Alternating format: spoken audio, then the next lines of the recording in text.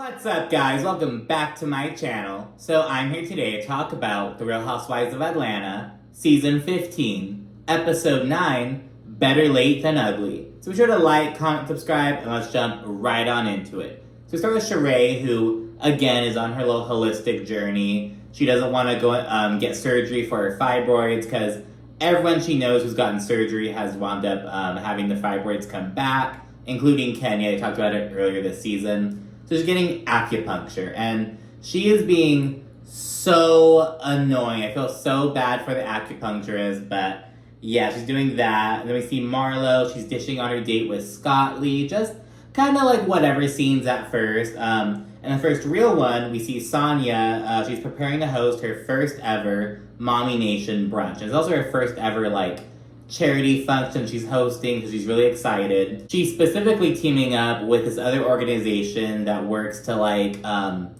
give homeless children a private school education. So that's what they do. So Sonya's like, well, why don't I do something to support the mother? So it's kind of a dual effort, if you will. They have the goal of raising $50,000. However, Sanya says that the auctioneer wound up getting COVID. She's like, I don't know who's going to do the auction. That's the main fundraising thing. I don't know who to get. But her friend suggests, why don't you ask Kenya? She's charismatic. You need someone who's going to be able to get the crowd going and kind of be straight up and kind of just calling people to donate. And she says that Kenya would be perfect for that.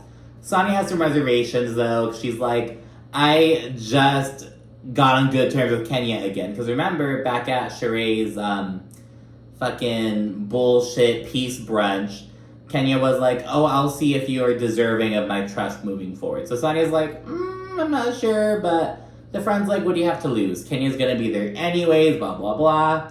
So yeah. Then we flash to Kenya, and she's making a Kenya More hair care commercial to basically utilize the dance that Manietta crafted for Birmingham, because remember, Kenya was super upset she didn't get to show that off.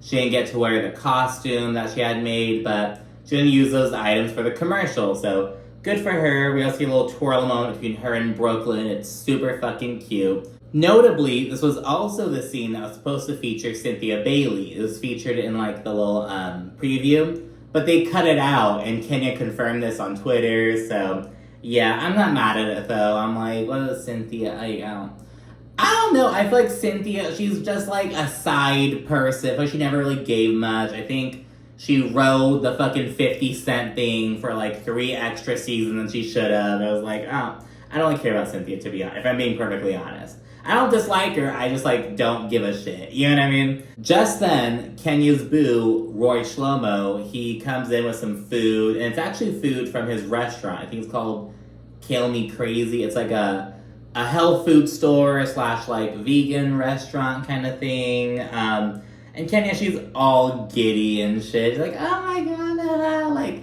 she's so smitten with him. She talks about how he has a really busy schedule. It's kind of hard to pin him down. She's kind of mentioned this before, but she's really happy that he, dropped by and made the time to come by and bring her some food. He's only there for a little bit, and right when he leaves, Sanya FaceTimes Kenya and asks her if she'll be down to be the auctioneer for the Mommy Nation brunch.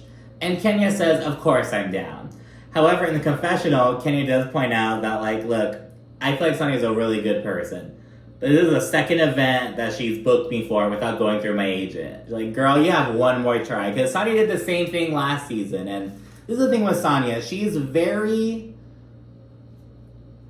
I don't know if disorganized is the... I feel like that's a little bit too much of a loaded word. But she's just kind of all over the place a little bit. And this comes up with her sister later on. But yeah, as Kenny was mentioning, she's not going through the proper protocol. She's like, hey girl, I want to do this. No girl, hit up my agent. And I get that they're friends, but it's also this is I don't know. I kind of get that, but Sanya kind of being all over the place keeps coming up. Her brother-in-law mentioned it while he was being her agent. Her sister brings it up, and Sanya kind of confirms that she kind of drops the ball sometimes with telling her sister about things, so... yeah, we get that. But anyways, we then see Drew at home with her mother and sister. Drew details all of her sister Allison's accomplishments and how, her stopping to be her manager is really making Drew appreciate all that she did. Because now Drew's doing it all herself, basically. The sister discusses how she was in a mental hospital and kind of talks about her anxiety and PTSD, which stemmed from a really abusive relationship she was in back in the day. And the sister, Allison, she's 20 years older than Drew. So Drew, like, had no idea about this. I don't even think the mom knew about this stuff. So they're just really having a woman-to-woman-to-woman conversation. Yeah, I'm really opening up about this stuff.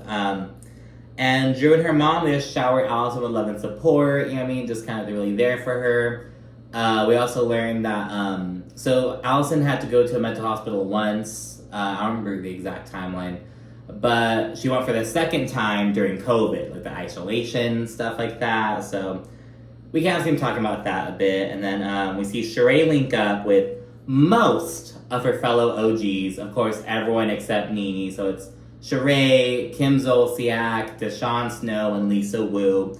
There's some small talk over whatever. Sheree says she's going to be hosting a cast trip in Portugal. It was so funny. We see a little scene of her telling Kenya about it. And Kenya's like, oh, I've never been to Spain. And it's like, they're different countries. Like, they're both on the Iberian Peninsula, but it's like, they're different countries.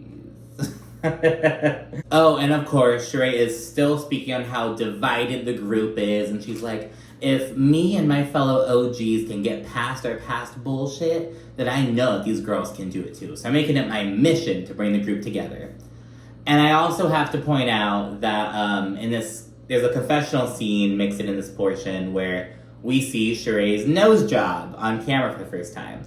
Now, she did some promo where we saw it as well, but yeah, it's a bit more like bulbous at the tip. It's not like her natural nose, the nostrils are kind of flared out and kind of like arched a little bit, but now it's just like it almost looks like the default nose for like me from like the Wii Me or whatever. It kind of reminds me of that. Someone on Twitter mentioned it just looks like Cardi B, basically. It reminds me of Jennifer Aiden's nose job, because, again, the same kind of thing. Like, she just made the nose kind of more bulbous, and So, yeah, that's what it is, it seems like.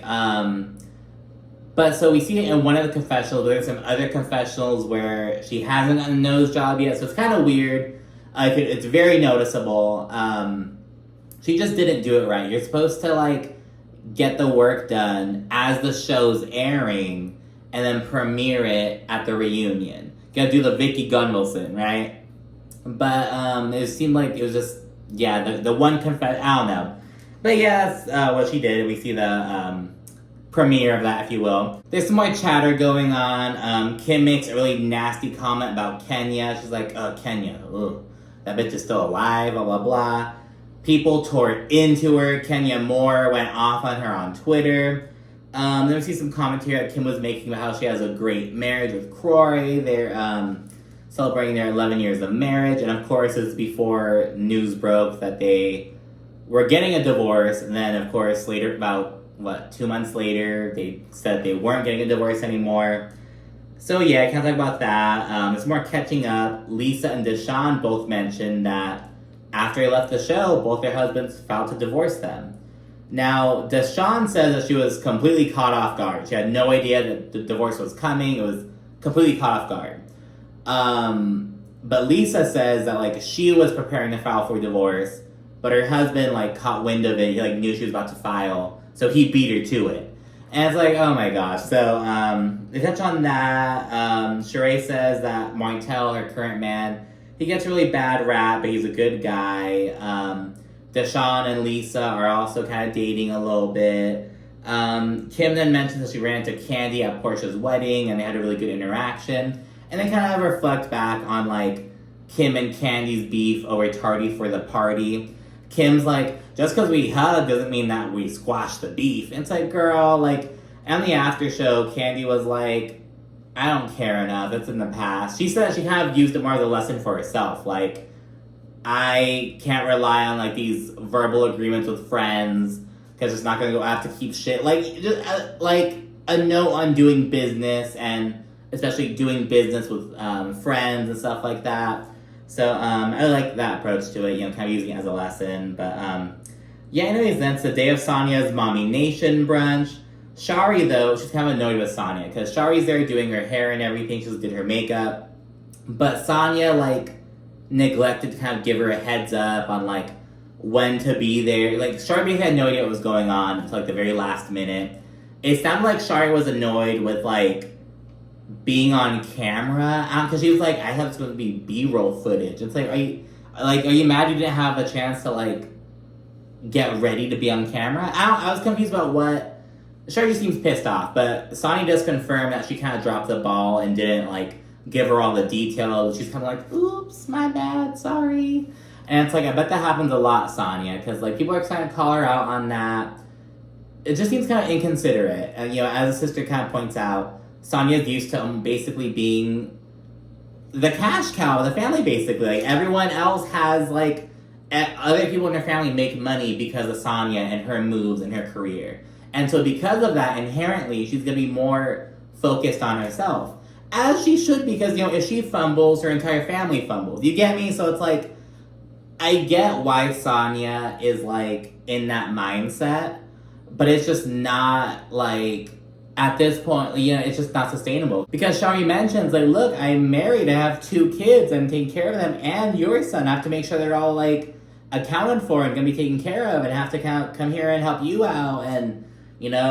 be there for my husband, and it's just all this shit, and just a whole thing. Shari's kind of, calling Sanya out for just, making her life harder than it needs to be, essentially. Shari straight up says that, there's a ton of moving parts on her plate, and that, Sanya's just toying with her life. She does say that straight up.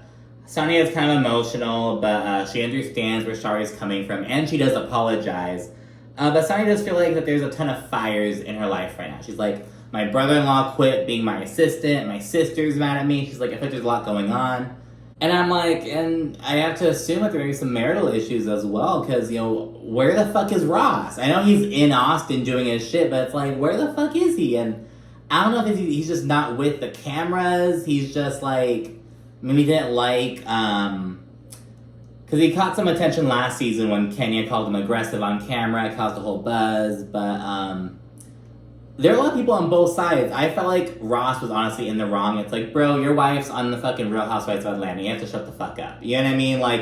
It's how people hate Peter Thomas for being a bitch, in the words of Nene Leakes, while they love Greg Leakes because he stayed out of the drama. And he, after he passed away, Kenya Moore noted that he was always a great gentleman to Kenya. Regardless of what Nene and Kenya were going through, he always treated her with respect and all the other women on the cast with respect. You know what I mean? It's that is what the role of the husband on Housewives has to be. You know what I mean? You're just not going to be popular if you're out here, inserting yourself into the drama. Look at Sergio on Dubai, as mentioned, Peter Thomas on Atlanta. It just doesn't go well. But on the flip side, it's Shari, if working with Sanya is, making your life so hard, get another job, bitch. I understand that you are used to doing this. Maybe she doesn't want to leave Sanya high and dry. Maybe, working with Sanya is all she's ever done and she's afraid to venture off. I don't know, but it's at a certain point, something has to give. And it's you know what I mean? It's you're just getting mad and just still going to be here doing the same shit. It's girl, you gotta, I don't know. I really think that, the parents, Shari, her husband, and the kids, they just fucking move to Florida. Do your own thing, build your own empire down there in fucking Orlando or, wherever the fuck you want to go.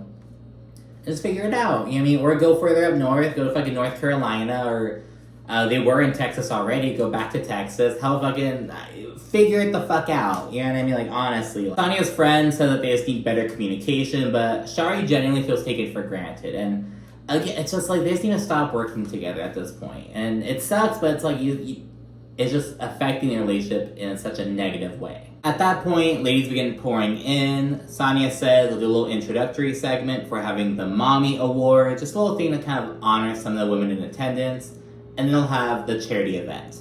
A little bit later, Sanya checks in on Kenya, the auctioneer, who is still not there. And ultimately, Kenya's still getting ready for the event, and at this point, she's like, oh, better late than ugly. But she also said she's a little confused because someone from Sanya's team contacted her and let her know that, like, she and her plus one, Akila, that they may be separated at different tables.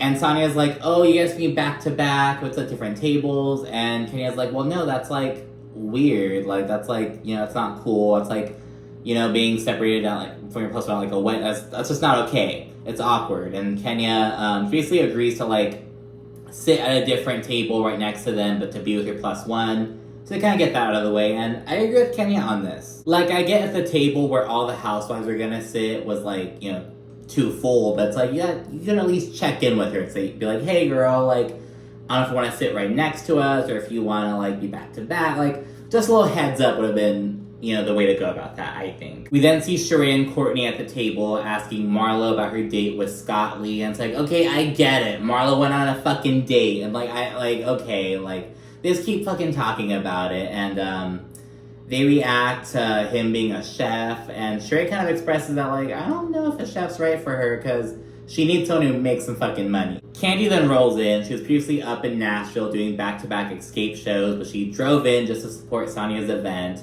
And Sanya's like, well, you know, Kandi's missed a lot of events this season so far, so I didn't feel like her favorite, so she came through to support mine. And, so remember with the Birmingham trip, Kandi didn't go because she was, like, being honored at some award ceremony, and then she missed Drew's event. Just a couple of things she's missed. And we see a clip of Kandi telling Kenya, like, yeah, I'm not missing my award to go to that. Like, I'm not missing my shit to go to fucking Birmingham with you. Sorry, girl. It was just so, the way she said it was just so funny, because Kenya's like, but she can't say anything against, like, I mean, I understand, but it's like, damn, bitch, you know what I mean? Kenya's an hour and 15 minutes late, so Sanya kicks off the event. She kind of just grabs it by the reins and starts emceeing. Kenya struts in 15 minutes later so she can still do her auctioneer duties. The awards kick off, and eventually, Sanya honors Sheree with the last award of the night, which is the Mommy Nation Award. She's kind of shouts her out for being, like, an OG mom. She kind of makes motherhood just look so easy and so chill. And I was like, I haven't heard anyone, like, I don't think Sheree's known for her, like, mothering skill. Like, not that I'm not, like, dissing her, but it's, like, it's just not, like, something that you would, like, associate with Sheree. You get what I'm saying? Like, and everyone kind of agreed it was just super random. People even said, like, bitch, don't give it to your own mother, or to your sister even. Like, oh my goodness. So, yeah, she gets to Sheree. It was presented by Caro, this whole little moment. And yeah, at that point, the auction kicks off. Sanya tells Kenya that she has a goal of $50,000, but Kenya's like, girl, we have $50K at this table alone. She raises it to $100,000, just like while she's announcing it. And Sanya's kind of anxious. She's like, Kenya's my first auction. I'm not trying to scare the bidders off. Like, so yeah. But Kenya made the right move. She wound up raking in $78,000. And she got the money coming in. She made the first bid of like $5,000. Other people made bids and such.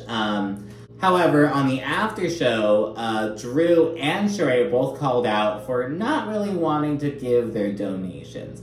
Mostly Drew. They were kind of all talking about how Drew didn't want to pay, blah, blah, and how it was really kind of ironic considering how much she clowns on Sheree for also being a cheap-ass bitch.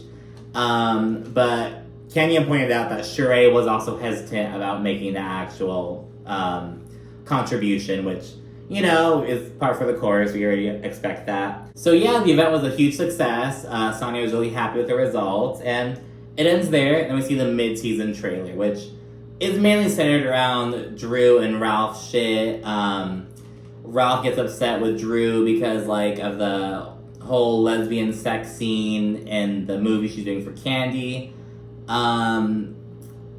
There's all these speculation about whether she's dating this women's basketball player. All this shit. I was like, okay, I'm like not really giving too much attention yet. I'm like, whatever.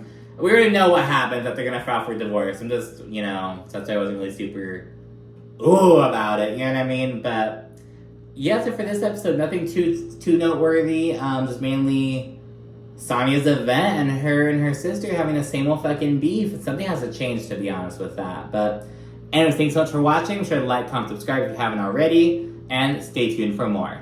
Thanks again. Bye.